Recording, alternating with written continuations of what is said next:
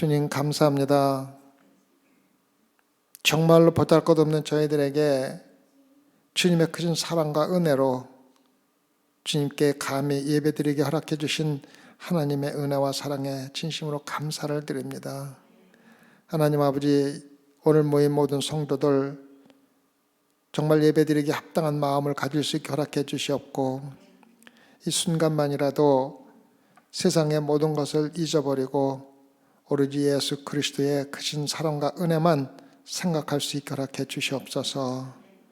주님, 오늘도 주님을 위해서 우리가 마음껏 주님 뜻대로 살지 못한 것 용서하여 주시옵고, 주님, 이제 저희들이 살아있는 동안에 주님을 신령과 진정으로 섬길 수 있게 허락해 주시옵고, 정말 다른 사람들의 믿음을 위해서 우리가 정말로 우리 자신을 제물로 바칠 수 있는 바울 같은 마음도 허락해 주시옵소서.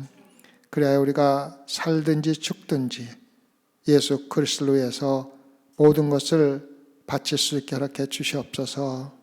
정말 주님 감사합니다. 오늘도 귀한 말씀으로 함께 나누고자 할 적에 이 말씀이 당신의 사랑하는 자녀들 마음속에 뿌리를 내릴 수 있게 허락해 주시옵고, 무엇보다도 깨닫는 영을 허락하사 하나님의 귀한 말씀을 택한 백성들에게만 깨닫게 한다는 것을 알고 더욱 감사하는 마음으로 귀한 말씀 받을 수 있게 허락해 주시옵소서.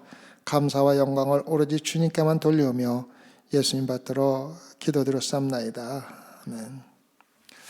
오늘은 십자가에서 말씀하신 5번째 날입니다. 누가복음 23장 44절에서 56절까지입니다. 누가복음 23장 44절에서 56절까지입니다. 때가 제6시쯤 되어 해가 빛을 잃고 온 땅에 어둠이 임하여 제9시까지 계속하며 성수의 회장이 한가운데가 찢어지더라. 예수께서 큰 소리로 불러 가르치되 아버지여, 내 영혼을 아버지 손에 부탁하나이다 하고 이 말씀을 하신 후 운명하시다.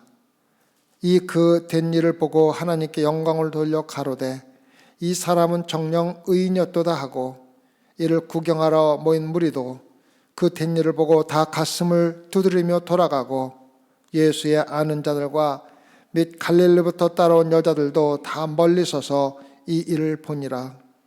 공회의원으로 선하고 의로운 요셉이라 하는 사람이 있으니 저희의 결의와 행사에 가타하지 아니한 자라.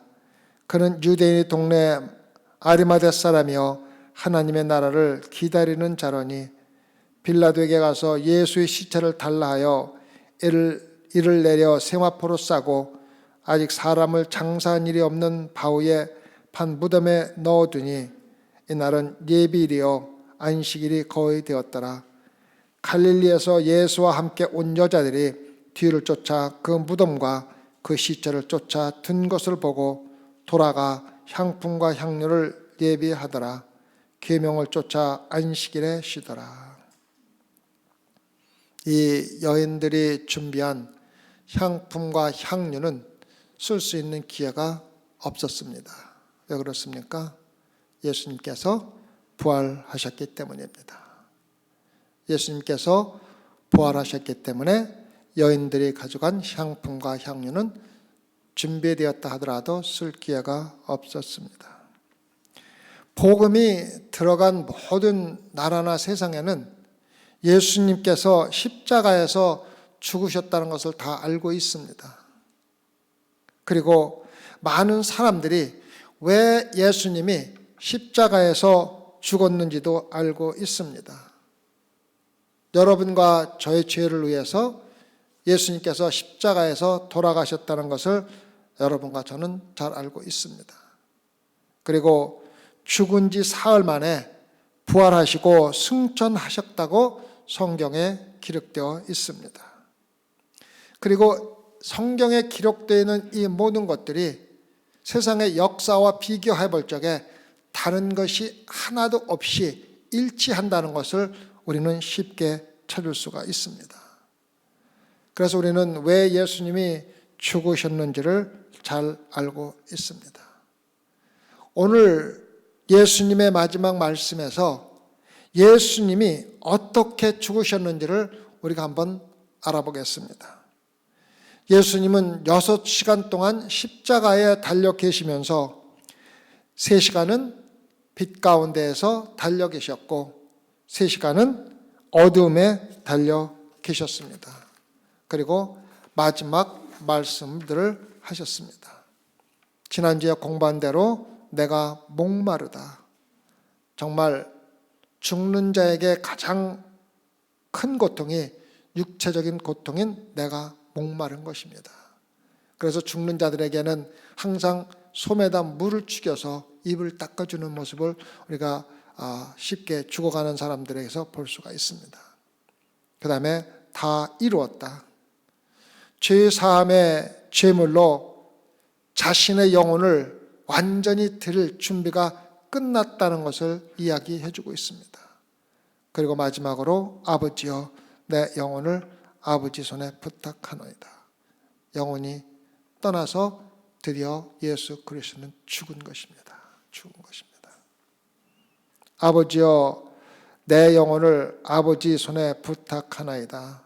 이 말씀은 예수님이 어떻게 죽으셨는지를 설명하고 있습니다.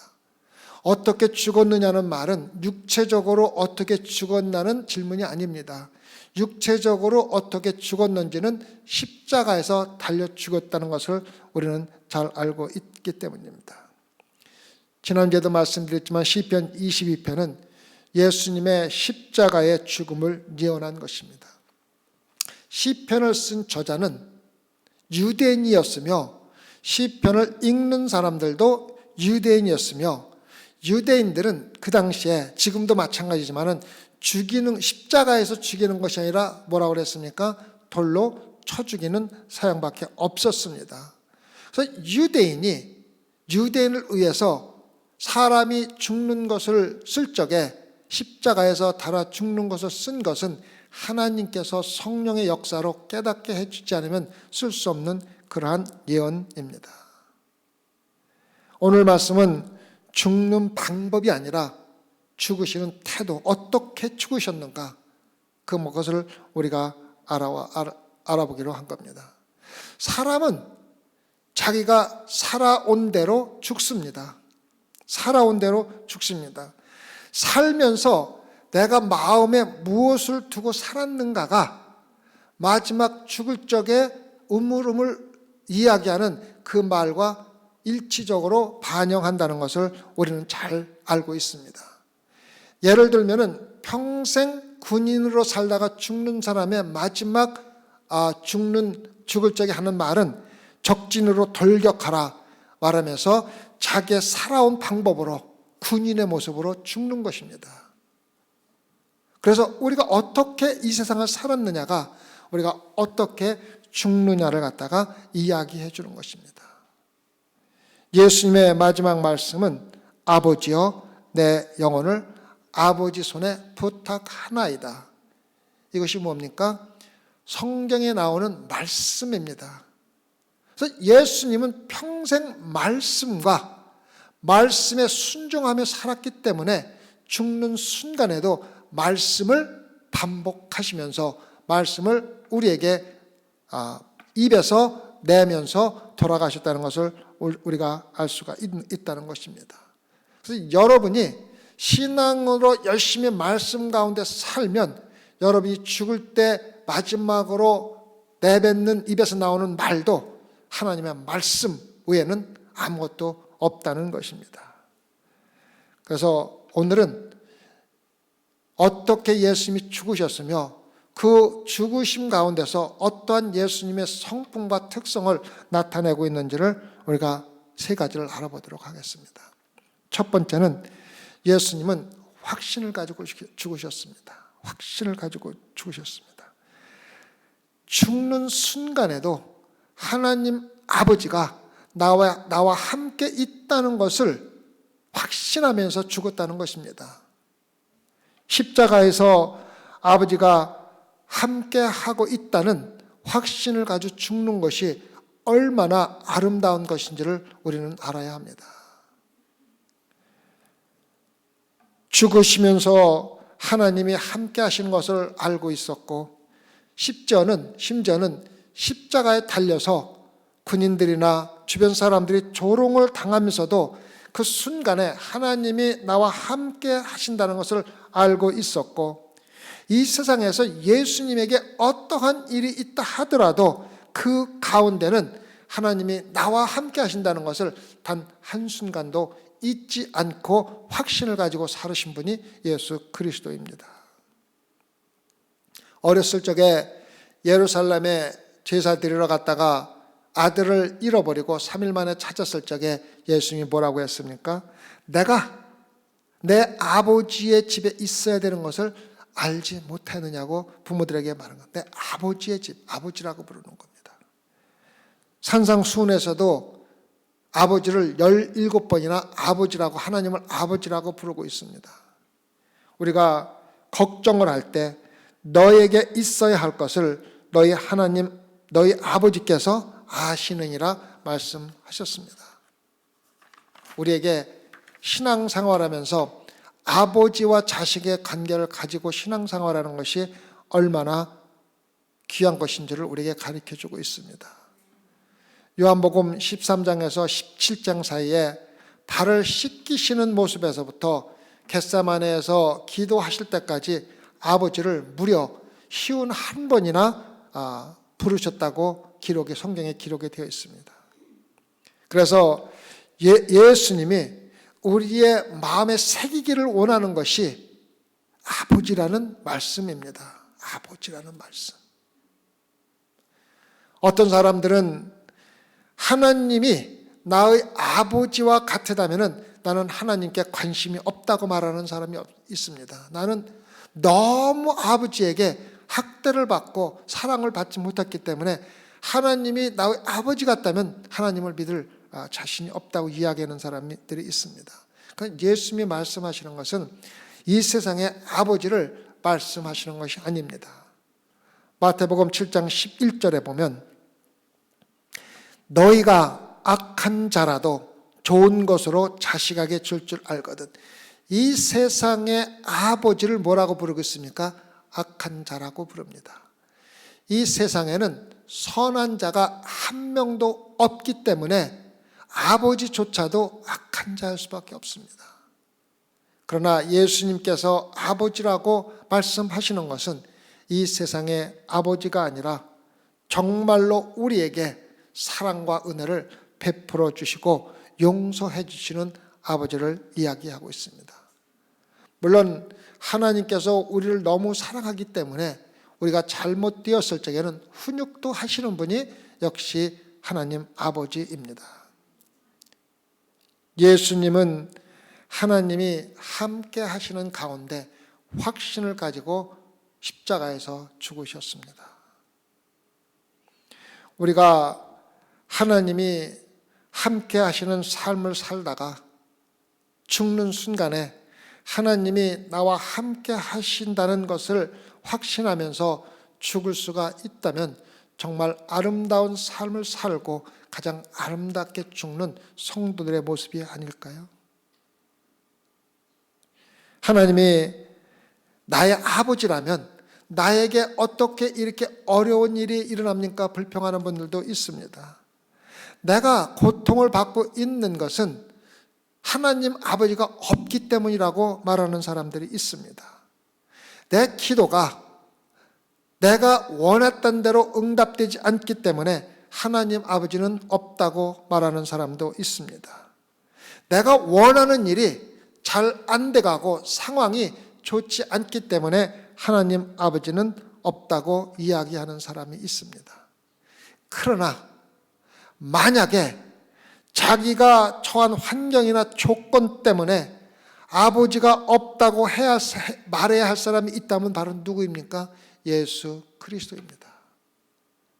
죄가 하나도 없으면서도 세상 사람들의 조롱을 받으면서 비참하게 죽어야 했던, 그것도 십자가에서 죽어야 했던 예수님이 처한 환경을 보면 도대체 하나님이 어디 있으며 하나님이 계시다면, 하나님 아버지가 있다면 내가 이렇게 억울하게 십자가에서 죽을 이유가 있느냐고 불평을 해야 할 사람이 있다면 바로 예수 그리스도입니다. 그러나 예수님은 이러한 최악의 환경 가운데서도 아버지가 나와 함께 하신다는 확신 속에서 모든 것을 감당하셨다는 것입니다. 예수님은 하나님이 함께 하셨다는 확신을 가지고 죽으셨습니다. 또한 예수님은 하나님의 약속 가운데 죽으셨습니다. 그 말이 뭡니까? 하나님의 약속이 어디에 기록되어 있습니까? 성경에 기록되어 있습니다. 평생을 성경 말씀을 따라서 사시다가 성경 말씀에 따라서 죽으시는 예수님께서는 성경에 기록되는 약속의 확신을 가지고 돌아가셨다는 것입니다. 그래서 예수님은 돌아가시면서도 성경 말씀을 인용하고 있는 것입니다. 시편 31편입니다. 1절에서 6절입니다. 시편 31편 1절에서 6절입니다. 여호와여, 내가 주께 피하오니 나로 영원히 부끄럽게 마시고 주의 의로 나를 건지소서. 내게 귀를 기울여 속히 건지시고 내게 견고한 바위와 구원하는 보장이 되소서. 주는 나의 반석과 산성이시니 그러므로 주의 이름을 인하여 나를 인도하시고 지도하소서. 저희가 나를 위하여 비밀히 친 그물에서 빼어내소서. 주는 나의 산성이시니이다. 내가 나의 영을 주의 손에 부탁하나이다. 진리 하나님 여호와여, 나를 구속하셨나이다. 내가 허탄한 거짓을 숭상하는 자를 미워하고 여호와를 의지하나이다. 이 말씀을 인용하시면서 예수님이 추가시킨 말씀이 있습니다. 그 단어가 바로 아버지라는 단어입니다. 여러분과 저는 성경에 단 한마디도 추가시키거나 뺄 수가 없지만은 하나님 아들인 예수 그리스도는 마음대로 빼고 넣을 수 있는 권한을 가지신 분입니다. 그래서 주여 나의 영을 주의 손에 부탁하나이다, 그 앞에 아버지여라는 단어를 추가시킨 것입니다. 구약의 선지자들은 하나님을 아버지라고 부른 사람이 거의 없습니다. 뭐라고 부릅니까? 주님, 주인, 아니면 여호와 이렇게 부르지 않습니까? 그 말씀은 예수님께서 성경 말씀에 추가시킨 것이며 여러분과 저가 자유스럽게 아버지라고 부를 수 있는 권한을 주셨다는 것입니다. 우리가 기도할 적에 뭐라고 부릅니까? 나의 아버지가 아니라 우리 아버지. 아멘. 너의 아버지가 아니라 우리의 아버지라고 부릅니다. 주기도문 나의 기도가 아니라 모든 성도들이 함께하는 성도들의 기도입니다. 그래서 나의 아버지가 아니라 우리 아버지입니다. 우리 아버지. 예수님이 돌아가실 때 주변에 있던 사람들이 예수님을 조롱하고 있습니다. 내가 다른 사람을 구원했다면 너 자신을 구원해보라. 내 자신도 구원하지 못하는 그러한 사람이 도대체 누구를 구원할 수 있느냐고 다른 사람들을 구원하던 대신 동안에 내 자신을 구원하라고 수없이 조롱을 하며 십자가에 달리신 예수님을 조롱하는 것을 우리가 볼 수가 있습니다. 만약에 예수님이 자신을 구원하셨다면 여러분과 저는 구원을 받을 수가 없다는 것입니다. 예수님은 바로 구세주였지 구원을 받는 사람이 아니라는 것을 우리에게 이야기해 주고 있습니다. 예수님은 구약의 말씀에 아버지를 추가하여 아버지여 내 영혼을 아버지 손에 부탁하나이다. 죄가 없으신 주님은 구세주가 필요가 없다는 것을 사람들은 알지 못하고 예수 그리스도를 자기 자신도 구원하지 못하는 어리석은 자라고 조롱하고 있는 것입니다. 마지막 세 말씀은 모두 구약에 나오는 하나님의 말씀을 이야기 인용하고 있는 것입니다. 이사야서 53장 12절에 범죄자를 위하여 기도하였느니라. 시편 22장 1절에 내 하나님이여 내 하나님이여 어찌 나를 버리셨나이까. 시편 31편 5절에 나의 영을 주의 손에 부탁하나이다.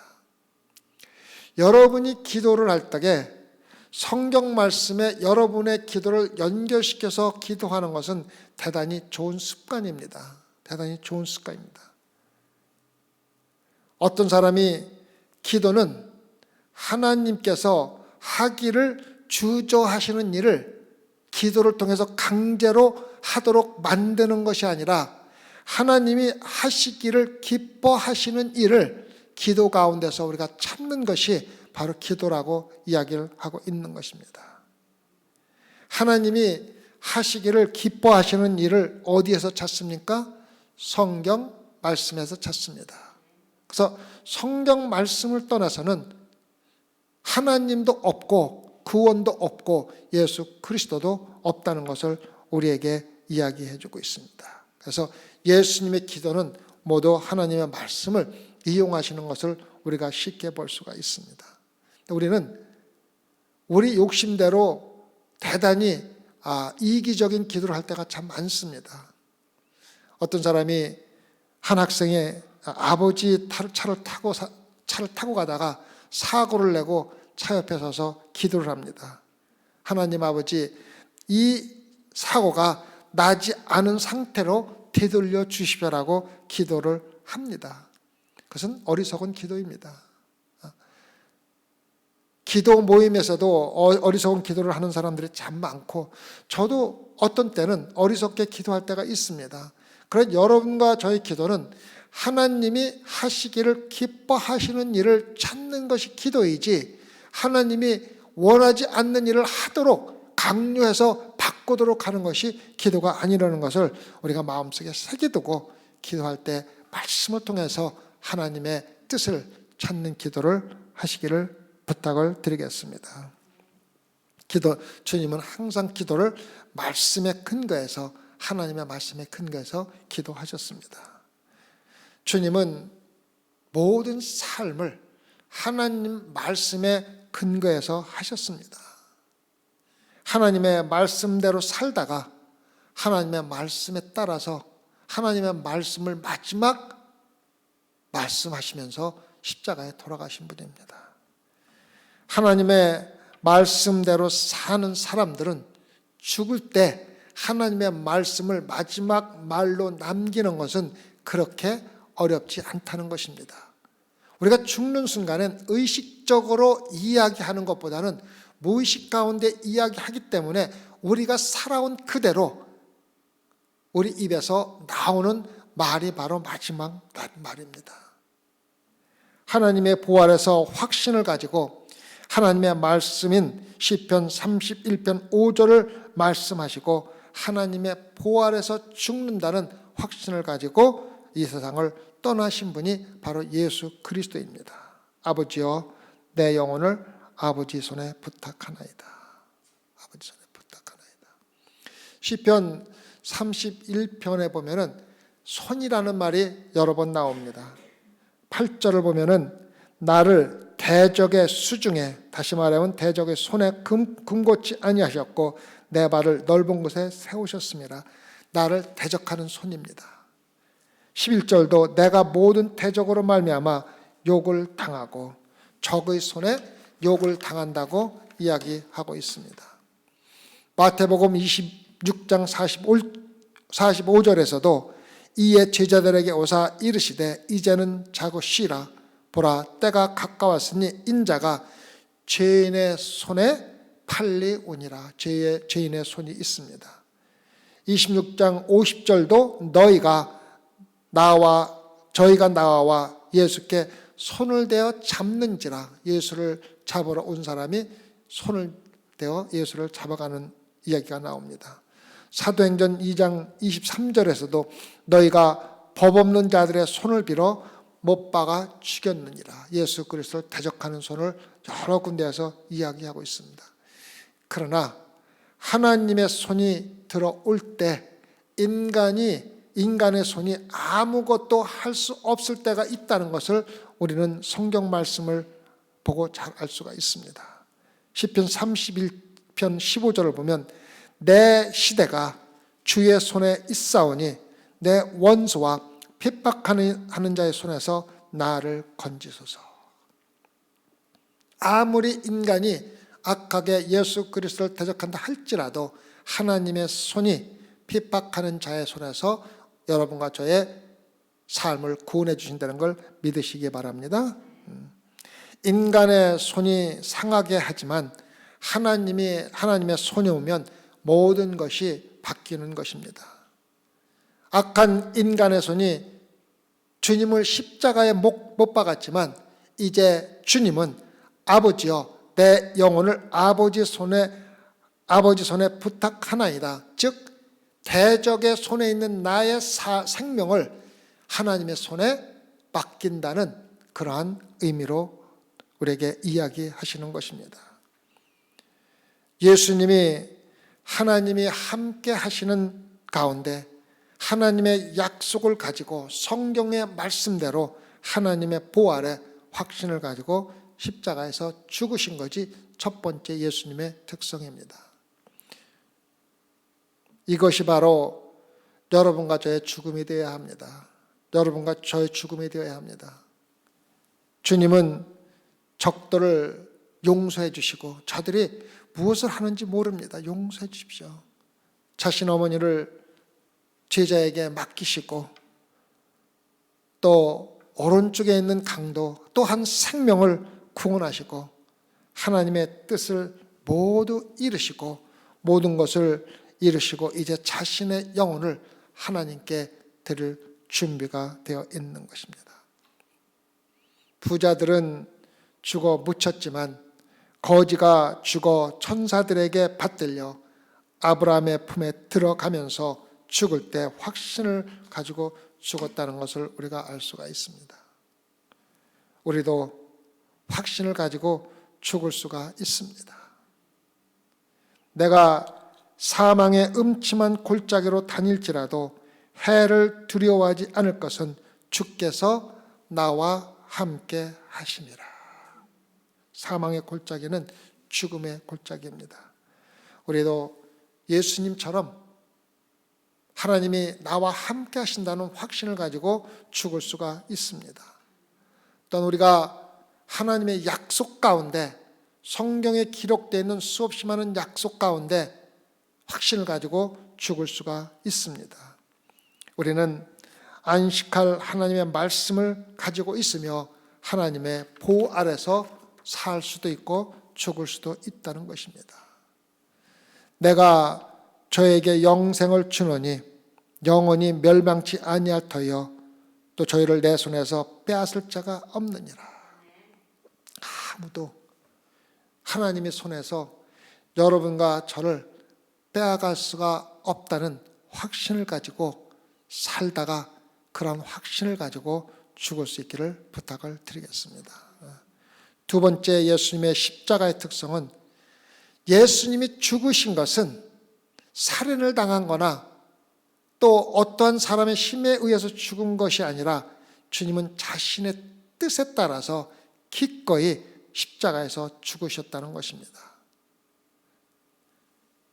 예수님이 십자가에서 죽기를 원하셨기 때문에 죽은 것이지 어떠한 누구도 예수님을 죽일 수 있는 사람은 아무도 없습니다.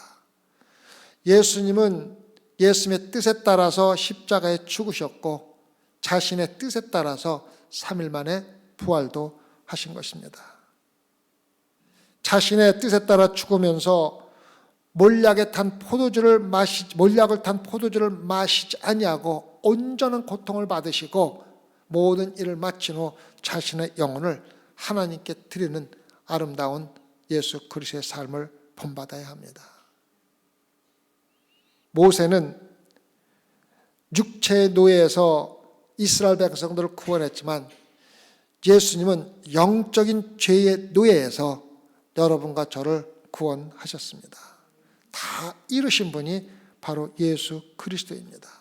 그래서 예수님의 죽음은 우연이 아니라 하나님께서 계획하신 그대로 이루어졌다는 것을 우리에게 이야기해 주고 있습니다. 자신의 의지로 자신의 영혼을 하나님께 드림으로 여러분과 저의 영혼, 즉 인간의 영혼을 구원하신 분이 바로 예수 그리스도입니다. 예수 그리스도. 하나님이 맡기신 모든 사명을 깨끗하게 이루시고 자기의 뜻에 따라서 죽는 것도 하나님의 뜻에 따라서 죽으며 마지막 이야기도 하나님의 말씀에 근거해서 기도를 하시는 모습입니다. 여러분과 저는 우리 뜻대로 죽을 수가 없습니다. 그러나 여러분과 저의 생명은 온전히 하나님의 손에 맡기고 하나님께서 때가 돼서 불러가실 때 기쁜 마음으로 가는 것이 여러분과 저의 모습입니다. 우리가 가장 비극적인 것은 우리가 죽는 순간에 우리 자신을 되돌아볼 때 내가 지금까지 도대체 무엇을 하고 살아왔는지 아무런 흔적도 없이 살아간 그러한 모습으로 죽는 것이 가장 비극적입니다. 우리가 죽는 순간에 공통적으로 이야기하는 것은 죽는 순간에 지금까지 내가 살아온 모든 삶을 다시 한번 되돌아보고 죽는다는 이야기가 있습니다. 여러분, 예수 그리스도의 말씀에 따라서 살다가 우리가 되돌아볼 적에 과연 내가 이러한 일을 주님을 위해서 했구나 어떤 흔적을 남기고 죽을 수 있는 소망교회 성도 되기를 진심으로 부탁을 드리겠습니다. 마지막으로 예수님의 죽음은 성공하는, 승리하는 죽음이었습니다. 승리의 죽음이었습니다. 예수님이 죽으실 때 회장이 위에서 아래로 갈라졌습니다. 이 뜻은 무슨 의미냐면 죄가 사함을 받고 이제 죄인인 여러분과 제가 하나님과 직접 대면을 할 수가 있다는 의미입니다. 예수님이 죽으실 때 무덤 문이 열렸습니다. 예수님이 죽으심으로 인하여 성도들이 다시 살아났다는 것입니다. 예수님이 죽으실 때 지진이 일어났습니다. 이 세 가지 기적은 우연이 아니라 하나님께서 미리 예비하신 계획대로 이루어진 것이라는 것입니다.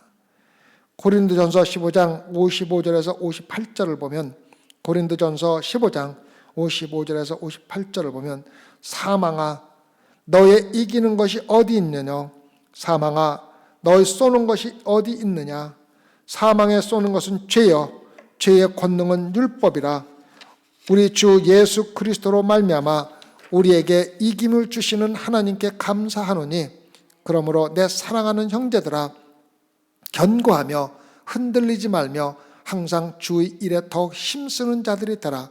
이는 너의 수고가 주 안에서 헛되지 않은 줄을 알느니라. 이 말씀에 근거하면 우리가 당면에 있는 문제는 율법과 죄와 사망입니다. 어떻게 이것을 해결할 수가 있습니까? 우리 주 예수 그리스도로 말미암아 우리에게 이김을 주시는 하나님께 감사하노라. 예수님이 십자가에서 죽으실 때 죄의 문제가 해결된 것입니다. 이제 모든 사람들이 하나님 앞에 자유스럽게 나올 수가 있게 되었다는 것입니다.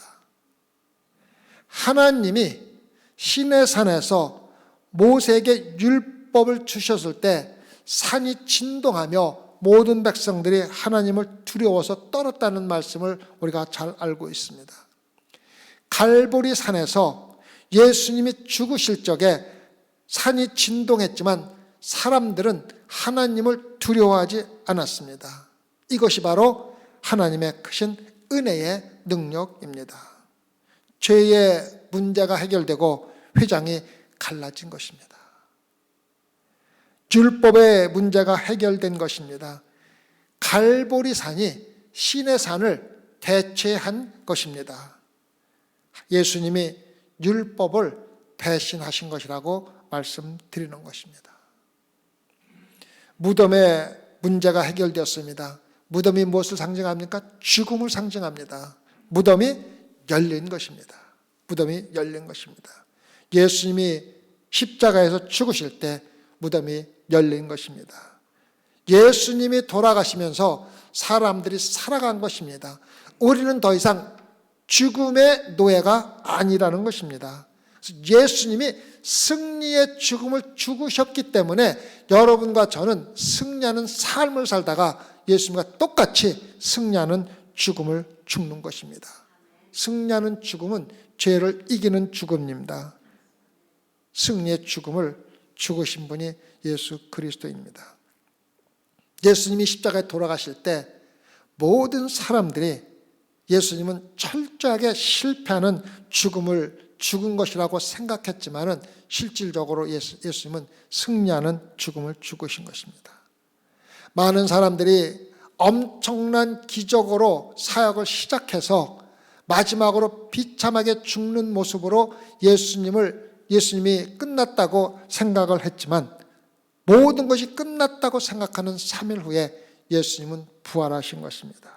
그래서 사람들이 어떻게 생각하는가에 관계없이 예수님은 승리하는 죽음을 죽으신 것입니다. 하늘이 열리고 하나님의 영광이 나타나며 예수님께서는 부활하셨고 승천하셨다는 것입니다. 기억하시기 바랍니다. 예수님은 확신을 가지고 십자가에서 죽으셨고 자신의 의지에 따라서 하나님의 계획하에서 기꺼이 돌아가셨고 승리하는 죽음을 죽으신 것입니다. 이제 질문은 여러분은 어떻게 이 세상을 떠나실 계획이십니까? 어떻게 죽음을 맞이할 것입니까? 죽음을 두려워하는 것은 커다란 동기가 될 수 있습니다. 이 세상에서 죽기를 원하는 사람은 아무도 없습니다.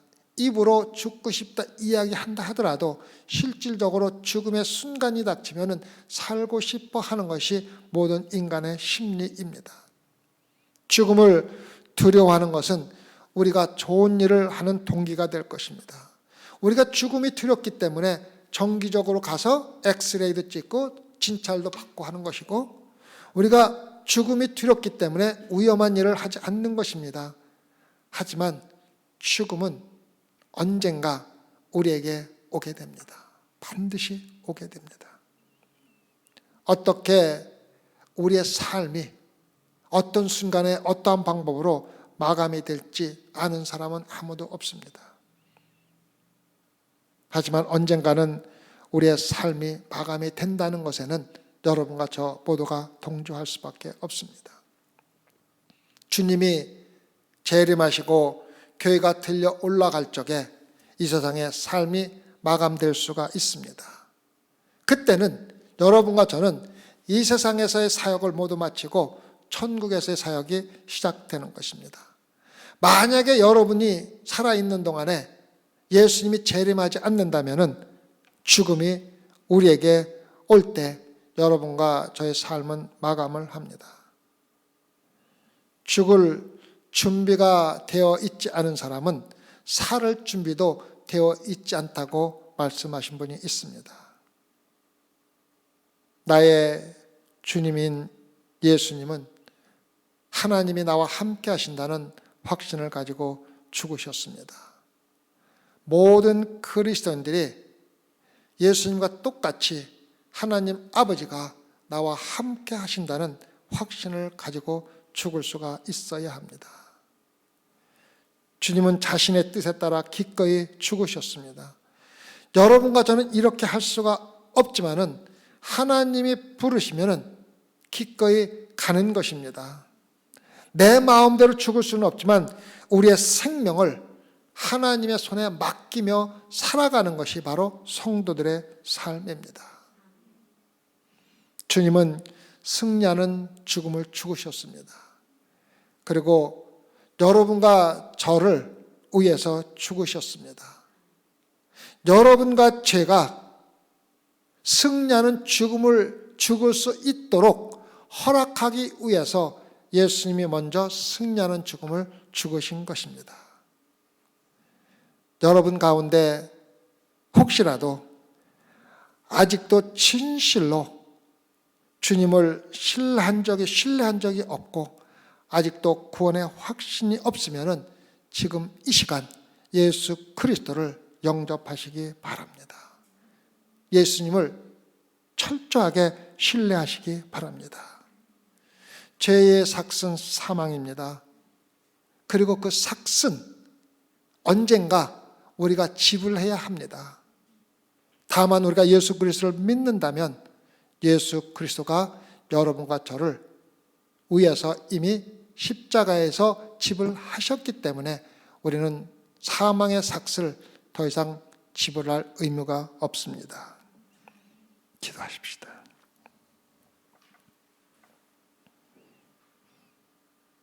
예수님이 십자가에서 하신 말씀이 오늘 바로 우리에게 하시는 말씀입니다. 우리의 죽음이 비극이 아니라 승리가 되게 허락하여 주시옵소서. 예수님 안에서 하나님이 나와 함께 하신다는 확신을 가지고 세상을 살다가 똑같은 방법으로 확신을 가지고 성경 말씀을 되풀이하며 죽을 수 있게 허락해 주시옵소서. 또한 우리의 삶을 우리가 주관하는 것 같지만은 우리의 삶이 하나님의 손에 있다는 것을 마음속에 새기고 언제든 하나님께서 때가 되어 우리를 부르신다 하면은 조금도 주저하지 않고 하나님께 달려갈 수 있는 확신도 또한 허락하여 주시옵소서.